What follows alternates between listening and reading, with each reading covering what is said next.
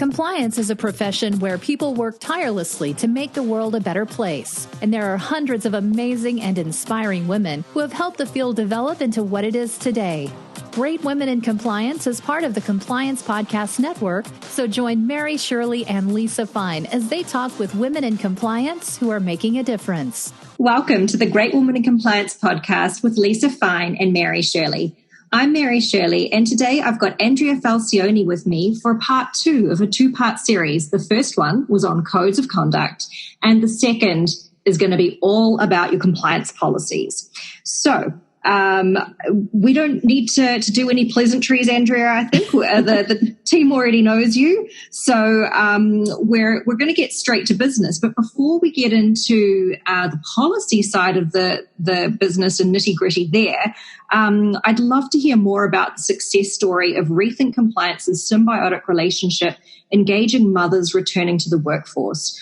Will you share a little bit about the business model and how it offered benefits for both your company and the individuals within the labor force? Absolutely. I'd be happy to do that. So hi, again, thank you for having me. I'd be happy to do that. So Rethink Compliance, is a startup company. The organization has been around now for almost 5 years. And now we're up to 14 employees. And so we continue to grow, which is exciting. Even in the COVID-19 era, we've continued to grow, which is I'm knocking on wood.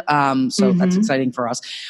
But particularly in the beginning, so Kirsten Liston is our founder. And in the beginning, this was bootstraps, right? She was just out there, knocking on doors and trying to get, this company started and obviously needed people to help her do the work, right? You can't, we say at our startup company, like everybody mops the floor, but she needed help. And so, but she didn't have a lot of budget and she didn't have a lot of resources to be paying people full-time salaries.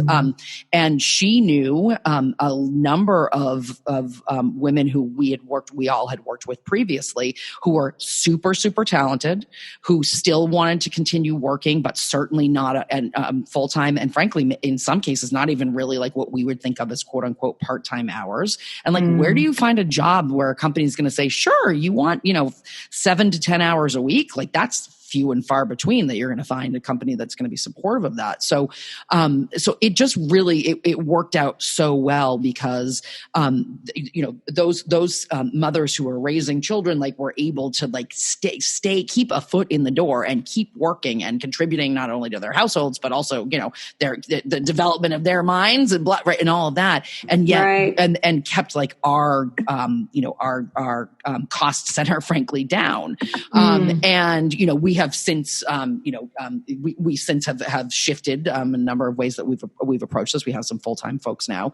But frankly, even during COVID-19, we were able to say, okay, we have to dial back on some people's hours. And, everybody sort of shared in the pain, not that COVID's over, but, shared in the pain in the beginning of this to make sure we could keep the lights on. So it really it was just such a smart and savvy, approach that Kirsten took. And it, as you said, really symbiotic, helped Rethink and also really, I think, supported, the women that are here working with us. That's wonderful. That's what we're all about at this podcast. So awesome. Please keep it up. Yep, we will. So I'd like to start off on the policies conversation by asking about the different focuses for codes versus policies. I mean, the two are guidance documents, aren't they? Why can't we just approach them in the same way? Yeah. So I guess what I would say, it's interesting. I would love to see organizations move more in the direction of what codes are turning into for their policies. I think there is a real reluctance to do that, just on sort of a risk basis, right? At the end of the day, most people that own these policies, particularly corporate compliance related policies, a lot of them are lawyers, truthfully, right? And so the concept of not having every single thing that needs to be in a policy and reciting what the law is, depending on the risk area, is very, very scary, I think, to a lot of policy owners. And I think there's a lot of thought of as long as we've put this on paper and we've got it out there, then we can hold people accountable to it. And Sure, you can, but the truth of the matter is that, if you are talking about this is not a joke, we have a client who had a 46-page anti-bribery, anti-corruption policy. Nobody is reading a 46-page policy, right? That we have helped that client now move away from that and have shrunk that policy, dramatically in terms of number of pages. But point being that, like, I just think that there's a real like reluctance because of a fear of what if we don't have everything in there. So I think that's the biggest piece of it. But I do know some organizations that are starting to move towards like more design elements and more like learning aids, like decision trees and a conflicts of interest policy, for example, kind of thing, as opposed to just limiting those kinds of things to your code. When, as you said, on our last podcast, like people may not be going in the code; they might be going directly to the policies. So I think taking that different approach, can be very useful, and more companies should start to do it. Perfect. Similar question to last time for you. How frequently should we be revising our compliance policies? That's a little bit of a loaded question. So and let me explain why. So we work with a lot of organizations who come to us with this like massive inventory of policies, and they look at us with like deer in the headlights, and they're like, can you help us? Right. Because again, nobody is reading all these policies. Right. And then we help them like narrow it down and combine policies and do all the things that you should do. So I think, frankly, doing a review, a policy inventory review to say make some sense of what you have. Every organization should be doing that. And then, doing reviews again, obviously, just like with regard to code, anytime that there's like a legislative change or change in your risk profile or, some new technology comes out like social media, as I mentioned last time, you need to sort of reassess your policies. But I also encourage take a look at what you've got so that you don't end up in the situation where you've got hundreds and hundreds of policies that nobody is ever looking at. Right. Well, get there. Yeah. The other thing is not updating them. So you might have 7 different versions out of your various anti-corruption policies, and someone's, trying to do the right thing, and they've gone to look at the anti-corruption policy, but they're looking at something that was drafted in 1999 and it's been updated, a handful of times since. So making sure that when you do that inventory that you're sorting out your versions, because of course, even if you have we're looking at something pretty nifty technology-wise that controls your versions and tracks them beautifully for you, probably your policies from 1999 aren't like that. So it's important to figure out, you may not actually have 2,000 policies because there could be some duplicates of versions in there. And my tip for this exercise would be that for whoever you've got doing this project, in terms of the sort of stock inventory of policies, that's a tough job, and I would recommend incentivizing with pizza. I love it. Yeah. I will tell you, I know some organizations have people that their whole job is dealing with policies. I would die. That would be the worst job ever. No, thank you. I know. Can you imagine? You're thinking some poor person right now whose job is compliance policies. I know. Sorry. Well, they're probably agreeing with you. Probably. The other thing that I would say is is in addition to sort of redundancies, we find inconsistencies all the time because there's no cross policy looking, right? Yeah.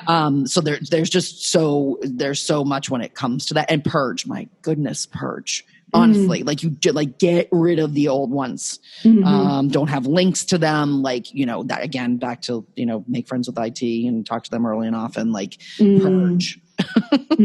For sure. Excellent. So once we've decided that a review is in order, where should we start? And I guess we've begun that by talking about doing that inventory. And what are the key considerations to bear in mind during the process? I think, key considerations are obviously like understanding your risk profile. Frankly, like establishing a business case, like, do we even need this policy? Right. It's not a bad question. Right. Do we even need this policy? Exactly. And is there another policy that is like essentially covering the same thing where we could cover this particular topic? And that's what we do a lot when we work on these projects is that, we look at this big inventory and we're like, okay, we can cull this down to something much more manageable because we can combine certain things you don't need at all. Some things are like super outdated, So I think that's a big piece of it.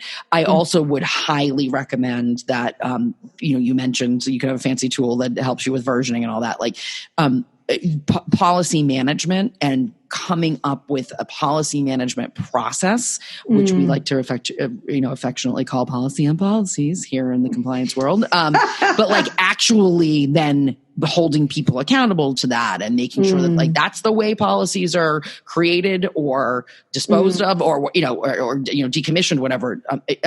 I think can then help you not get to that point again. Right. Like once you clean this up, like, institute some serious policy management protocols and follow them. And again, that cleanup, that is tough. So again, you're going to have to go beyond pizza at this point, especially if you're a big company. My company is very large. And so, and we did a review actually across, like beyond the compliance one. So we went across the board. Wow. And that was a big project. So staff up accordingly. It is not the kind of thing that you can just do, it's a quiet Friday afternoon, might work on this for a bit. If you are a big company and you've got a lot of policies that could be lurking on different parts of your intranet, it's going to take some real dedicated time, and it may be worth hiring someone on a temporary basis to work through all that content. Yeah, absolutely. Yes. I agree with all of that. Awesome. So what level of complexity are we aiming for in terms of how we're writing the document? Keep it simple, stupid. Honestly, I mean, and like that's, I want really encourage our clients to like write to, a ninth grade level. I mean, like you want to make this understandable, short. And then frankly, if you're going to be translating, like the shorter the sentences, the better. No complex sentences, right? Honestly. Right. You make sure that you are not using colloquialisms that are very US centric. Again, if these are going to be global policies. One of my favorite stories ever is, a lot of us use like speak up as part of our, and we love speak up. I love speak up as a moniker. It's idiomatic language. Right. Yeah, exactly. Right. So like we were working on some translation for some company. I don't even remember what the language was, and like basically the in-country reviewers were like, yeah, that's translating into talk loudly. Right. Right. If you scream, you'll be compliant. Exactly. So like thinking about those kinds of things, I think from a global perspective are important too. But yeah, I mean, like keep this simple, keep it short. Nobody is reading a 46-page policy. So again, no complex sentences. So I firmly believe in that. So do I. We're completely aligned. What is the tone and message for policies? So, I think that unlike a code, like policies, it's hard to, be sort of kumbaya in policies. Honestly, it is. Now, I think you want to be as, sort of as friendly as you can be, but ultimately at the end of the day, these things are going to say like, look, this is what you're allowed to do. And this is what you're not allowed to do. And here's your associated procedure that explains how to get there. Right. So like, it's not going to be a fun, friendly document like a code. I frankly think kind of can be. But again, keep the tone as sort of, it's certainly not legalistic. I mean, you just can't have a legalistic tone. You just can't. Nobody understands that. I mean, I'm a lawyer and I barely understand that, so like, staying away from that is, I think, incredibly important. Like this is all about making these things usable, making sure people understand what is expected of them. And so simple. Yeah, perfect. And you just hit on my next point, which is that we know that lengthy legalistic policies are unlikely to make the bedside reading pile for most of our colleagues. Where's the balance between giving colleagues enough detail to be successful and making them dread having to open the pages of a policy?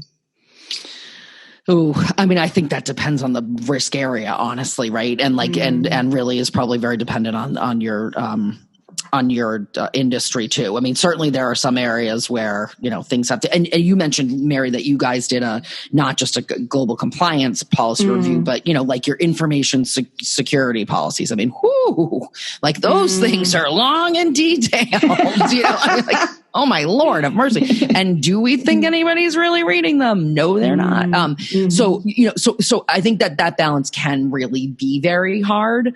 But it really is about, I think, thinking very hard about what is it that employees have to know, not what is it that I want to tell them, or what is it that I think they, have to know, but what is it that they need to know in order to be able to do their jobs and and be compliant with the law or our internal standards.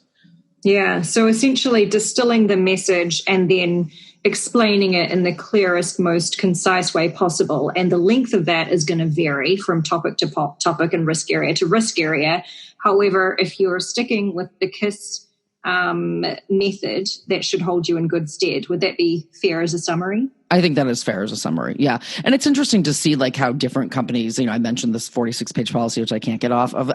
But we're, I've had another client who we've redrafted their anti-corruption, anti-bribery policy, and it's like 4 pages, right? I mean, that's pretty, 4 pages is pretty brief, and that includes quick. Some FAQs, right?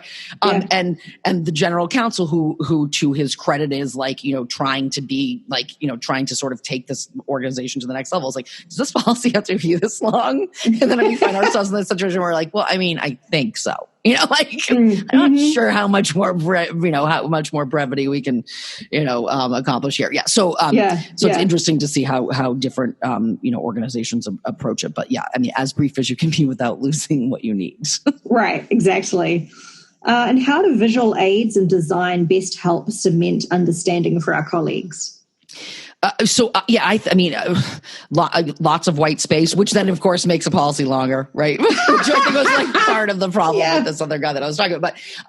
But white space, making sure the font. We did have a situation where we were like, "Ooh, this font is too small." Like, so making it like sort of easier, literally on the eye to consume.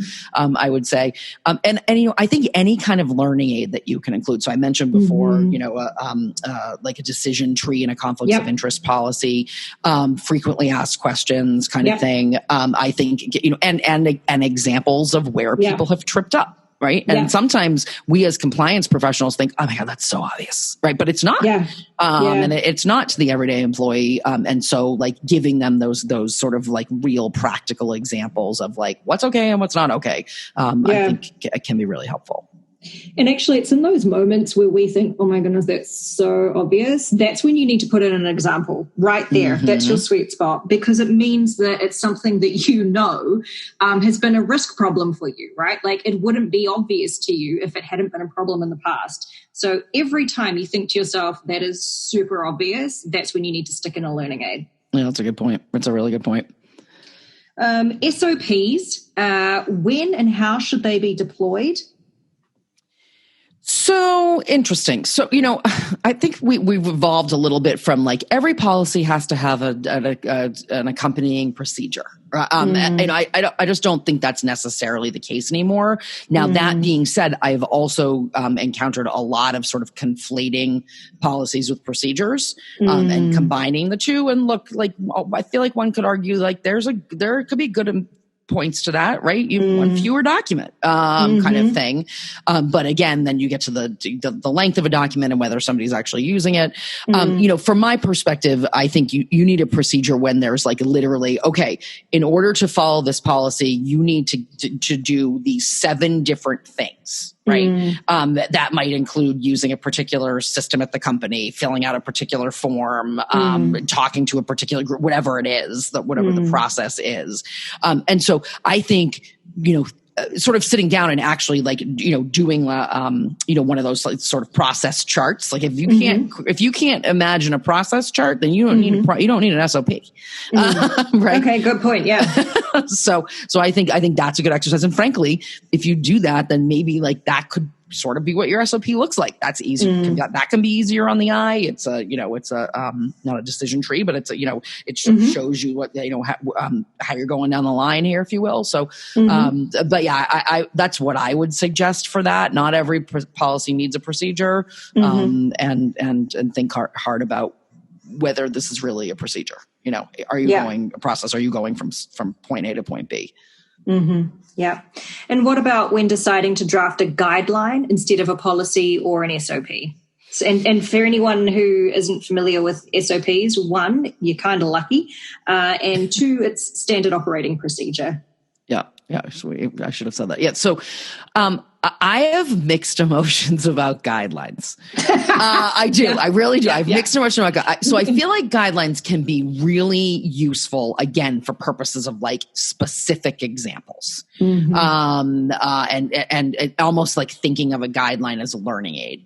But like, do you need the extra document? Like, can't you accomplish that in your policy or, or in your training or in your communication or whatever it is? Like, do you need to, because what I find is that some of the stuff we talked about before, the redundancies, the inconsistencies, like a lot of times the guidelines, like people forget about them, then they're not updated. I'm in the middle of a situation now where like nobody's even raising their hands, like to say, oh, I own those social media guidelines. Wait, what? Like, who created this thing? So I do have mixed emotions about guidelines. Honestly, I do. I feel like there's a different way to get the information out there necessarily than yet another piece of paper that probably very few people are reading. Yep, fair enough. Any other points regarding the difference between guidelines, policies, and SOPs? Or actually, I think you pretty much covered off the SOP versus policy versus partnering together in the last question. So I'll move on. Should companies make their compliance policies publicly available on their website, like their code and hotline information? So first of all, I don't think all companies include their hotline information other than the fact that it's in their codes. So, good grief, it's best practice, people. Right, come on, totally, exactly, yeah, right. So, and actually encourage third parties that you work with to use it too. So I think policies should be publicly available. I do. I really think that they should be publicly available. Again, it's very much of like a risk. Wait a minute, do we really want this out there? Like, what if it's not exactly the same as company XYZ next door? Yeah. Will this give the plaintiff's lawyers or the government investigators, a roadmap to, it's just all the lawyers talking and wringing their hands, right? It says a lawyer who talks a lot and wrings their hands. But anyway, but I think they should be publicly available, because frankly, then it becomes even easier for your employees or third parties, to the extent that some of your policies are applicable to third parties, to access them and find them. Right? So like the more that you can get eyeballs on them, I think the better. And I don't think you should be afraid of like letting the world know, you know what? We have an anti-harassment policy. I mean, in the US you have to, but you know what I mean? Like that's not a bad thing. But I would say most organizations do not do that. You click on that link and that code and you're coming up against a firewall for sure. Yeah. I actually worked with, we did some work with a public university, and all of their policies are required to be publicly available. And it was just so refreshing. Like even now I'm like, oh, I wonder what their policy says. And I go to their to their policy management tool, which is open and available to everybody, and I just think it's so useful to do that. Yeah. Excellent. So internally, we need to make our policies accessible and readily retrievable. So that's definite. So let's talk now about policy management, which we've already touched on. It's certainly not the sexiest topic in the world, but if you get this wrong, it brings a world of pain further down the track. So what's your advice on this? So it's interesting. It really, I hear so many different stories, right? I hear like, oh, we use SharePoint and it's like, and it's great and it totally works for our organization and, it's searchable. And then you hear like, we use SharePoint. It's not searchable. It doesn't work. So like, in terms of a tool, I don't have like an opinion as to sort of what the best tool is. What I will say though, is that I do think that having a tool is very powerful because there's nothing worse than, wait a minute, is it on this part of the internet? Is it here? Is it there? Like, I don't know where to find this. Why are some policies in this place and some policies somewhere else? I think all policies at an organization, regardless of whether they're compliance policies or their operational policies or their finance policies or their HR policies, I think they should all be in the same place, right? There's one place for an employee to go to find a policy, regardless of what kind it is. I truly believe that. And then the other thing is that unfortunately, I do know that a lot of the policy management tools are not sort of available to all employees, right? They're available only to like the policy owners and auditors. And that to me seems a little, that's just weird to me. Like, everybody should have a workable policy repository that's searchable, and that means everybody needs to be able to access it in the enterprise. So, and I did allude earlier to, from a policy management perspective, like actually having a process, enforcing that process, and taking a critical eye to, do we really need this policy? The one that somebody might want to institute now, or frankly, the ones that we, even currently have. So those are some of my sort of pet peeves, if you will, about policy management, the things that I'd like to see companies do better. Yeah, and my advice on this one, and it's sort of perennial advice for me across the board when dealing with vendors, is get recommendations from peers in compliance, and ask them to tell you about their experiences with their policy management tool. Whenever you go into a meeting with a salesperson, they're going to be pitching you the most beautiful version of their product, but they're not going to tell you the pragmatic problems for the most part. I think there are, that's a generalization. There are certainly a lot of fantastic people in the compliance vendor world who are very open and transparent and able to speak with you very honestly. But for the most part, I think getting a recommendation from someone who's using a tool every single day and is able to give you their experience, and then talk with other associates in compliance who are able to share theirs, that'll be really helpful to combine with the demo type information that you're getting from vendors. Yeah, I totally agree with that. The other thing is, don't underestimate the power of a good UI, user interface, because I have seen so many organizations that will invest heavily on a tool that they're hoping is eventually will be even enterprise wide, and then they're so hard to use and so not user intuitive that people are like, forget it, I'm not doing it. And then and then a certain set of policies is now on this, in this part of the intranet, and some of it's on the policy management tool, and so I think do not underestimate that. A lot of these tools were built for something other than policy management, and so there's a lot of like kind of trying to jam I'll say a round peg in an oval hole, right? And so from my perspective, it should be easy to use and intuitive to use, or people aren't going to use it. Yeah, that's a good point. And we have to remember that you're on the back foot from the get-go, because anything like this is going to be one extra system and login that they're going to need to remember, one, how to find the link to it, and two, what their login credentials are. So, you've already made it difficult. And then to add to that something that's not user-friendly, you're setting yourself up for failure, or at least lack of buy-in. Right, totally, exactly, yeah. And then there's nothing worse than investing in a software system that then nobody wants to use. Yeah, so absolutely. So once we've got our revised policy shining and we know where we're going to put it, we need to get the word out to the business. Tell us about what makes a successful communications campaign to get staff to review the revamped policy. So that's a really good question. I think there you again have to do like a little bit of a cost benefit analysis, right? So like not every policy requires an attestation. Not every policy necessarily requires a like massive enterprise wide communication. So I think starting with really taking a hard look at and assessing what are our communication needs, our attestation needs, those kinds of things. But again, I'm going to say it again, short. Like, you got to let's assume it's a policy that you do need to let people know we have a new policy because we've changed, I'm making this up. We changed our gift limit, right? Or we've decided we no longer are going to support the giving of corporate gifts or whatever, right? Something like a massive change. And so it has to get out there, like communications that are short and to the point, communications that are engaging, so that people will remember, oh, wait a minute, like we have a new policy. I'll never forget, at my prior job, a new policy came out that actually was like applicable across the board at the organization. And I took, I'm in compliance. So like I took it very seriously. We have this new policy, right? Yes. All right. And like so many of my colleagues were like, what? Like there's a new policy? And I'd be like, how do you not know that? You're the boss. Like, and that was because, they wasn't communicating very well, truthfully.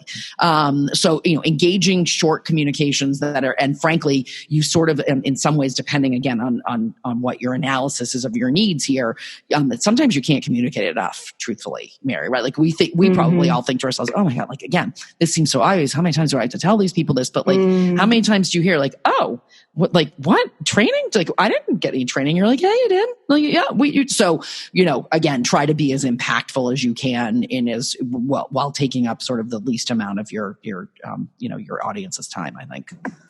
Yeah, that point really brings me back to one of my biggest learnings in compliance, which is there is no common denominator in terms of your audience is going to pick up different things at different times. And you could say a message 1,000,000 times and someone still doesn't know, one, who you are, and two, what your message was. So I totally agree that over-communicating is not really a thing. Compliance fatigue, I do think, is a thing. Totally. And a way to combat that is to change up your messaging and to make it, fun. Your video, your communication could be a video of a scenario being played out that's applicable to the policy. So, for example, someone who's stuck at the border of a country not being let in, they're told their visa is incorrect, and they think they're being asked for a facilitation payment, essentially. And, showing that kind of quick scenario is a way to introduce it. So even the non-Andreas of the world who aren't excited about this newly introduced policy are going to go, oh, yeah, there was that video I saw. I didn't quite get it, but I remember it. I remember watching it. Absolutely. Yeah. And again, nothing, there's nothing like a real life story, honestly, right? To hit it home and like, oh my God, that could happen to me, like, whoa. And sometimes it even can, if the communications are good, they can elicit like, oh my gosh, I've been doing that wrong this whole time. Like I should, wow. Which is, can be powerful. So. All right. None of us are perfect, Mary. I don't know if you know that. Oh, well, I'm in compliance. Even me, Mary. That's sort of one of my ways to relate better to colleagues outside of compliance is, to explain times when I've really been tested in terms of making a tough ethical decision. Because just because we're in this area, it doesn't mean we're any less human. I'm still going to have the same kind of torn thoughts either way if I'm in a conflict of interest situation. So I'm quite open about those. And unless I, one day end up paying a bribe or something, I'm going to continue to be, very transparent about those types of things. Oh, absolutely. And I am exactly the same way. And there are several stories that I often use to illustrate, things that have happened where like I've ratted on myself. Like I've picked up the helpline and been like, hi, I made a mistake. Like I didn't do it on purpose, but like this happened. And then like, help me. Now what? Right. And then that particular story, which I won't get into the gory details, but I was treated with respect. I was treated fairly. I was crying on the phone. They were super nice to me. Yeah. Right. So, and then guess what that meant? That meant that the next time somebody came to me with a compliance related issue, I would say to them, you know what? Honestly, I had this really great experience with the helpline here. So like pick up the phone, call somebody in compliance, call the helpline, whatever it was. And then again, I mentioned this before, I became like an ambassador for, the program, if you will. And I think those kinds of real life stories are awesome. And such a way to, get people to be like, okay, if I make a mistake or, it's not always people being bad because they're being bad. Sometimes they don't know the rules or sometimes they just make a mistake, so. Yeah, absolutely. So I have one more question for you, and that is if there was one sweeping change you could magically make to every company's policies to make them more user-friendly, what would it be? I'm going to sound like a broken record. They need to be shorter. Yeah. I agree. I've said it a lot. They need to be shorter. Yeah. From you being a lawyer, I think that's a big deal to say it, but I'm glad you're reformed. And totally. Yeah, I'm on board with that. What I think the problem then becomes is, especially when there are people with law qualifications who are trying to figure out what to do next, it can be really difficult to simplify, fairly complex concepts. There's a saying about how anybody can make something complicated, but it takes, a real genius to make something easy. Yep. So part of that, I think, is also recognizing who is the right person for the job of doing the writing.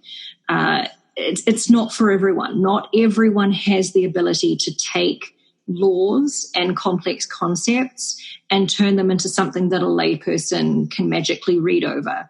So that part of the exercise has to be carefully thought over, and who will be the best person for that job. Right. Yeah. And I think that there's room for sort of a collaborative process. So I think what you just said is spot on. And I have never really thought of it that way. I love that quote. But I feel like I'm pretty good at it. But then I've got colleagues who are not lawyers who have been in the compliance space for a long time. And they might look at something that I write and be like, you know what? I think we can make this a little simpler or easier to understand. Yep. And then we have on our staff a bunch of people actually who didn't have any compliance experience before joining us. They came from marketing and advertising and social media, and they know how to communicate in a totally different way. And so now, I and my compliance colleagues who are not lawyers, we turn to them and they're like, you know what, we could say this in a much better way. And we all look at each other like, all right. And then it becomes something that's good. So I think there's room for having multiple, multiple pens to paper, if you will, to get to that point of the simplification. Because as you said, it's not easy and not everybody's good at it. And I think I'm pretty good at it, but my colleagues are frankly make me better, Yeah, I think that's probably one of the few exceptions I'd make to the too many cooks in the kitchen issue, right? If everyone is aligned on how to make something less complicated, which usually is the problem with too many cooks in the kitchen, then it's going to work out really well. Yep, exactly. Yeah, if you go into it knowing that we all share that same goal. And that's where sometimes the lawyers, again, says the lawyer, that's where they trip up, is that they don't have that goal. And that needs to be the goal. Yeah. Well, hopefully they'll listen to this podcast. So we'll just fix everything right now. Any final thoughts or comments from you, Andrea? Well, no, other than the fact that I've thoroughly enjoyed this. So thank you very much for taking the time to talk to me. I really appreciate it. Me too. And it was so nice to chat. It was such a pleasure. Thank you so very much for the thought leadership and expertise. And I'm really sorry, dear listener, for the pings that were coming through. As Andrea and I discussed, I'm not very good with technology. I have no idea how to turn those alerts off. So forgive me for that, and wishing you a wonderful life until next time. Take care. Bye-bye. Bye-bye. Right. How are you? Now you've done so as you said, we get all excited about this. It's the cornerstone of our programs. They're beautiful. They can be right. But sort of then what? And so I think that's then the next logical step for people to be taking, which is that you can't be doing this in a vacuum. You have to be thinking about sort of the ongoing, how this thing lives, how it gets out there and how it lives. So that was it. Lovely. Well, thank you so much for your time and expertise. It was super interesting, and I'm sure has got on many minds thinking about their own policies and their own companies. So thank you, and we look forward to speaking with you next time. Thank you. Thanks for joining us for this episode of Great Women in Compliance. We hope you'll join us in honoring the great women in the compliance field by subscribing to this podcast and leaving a review.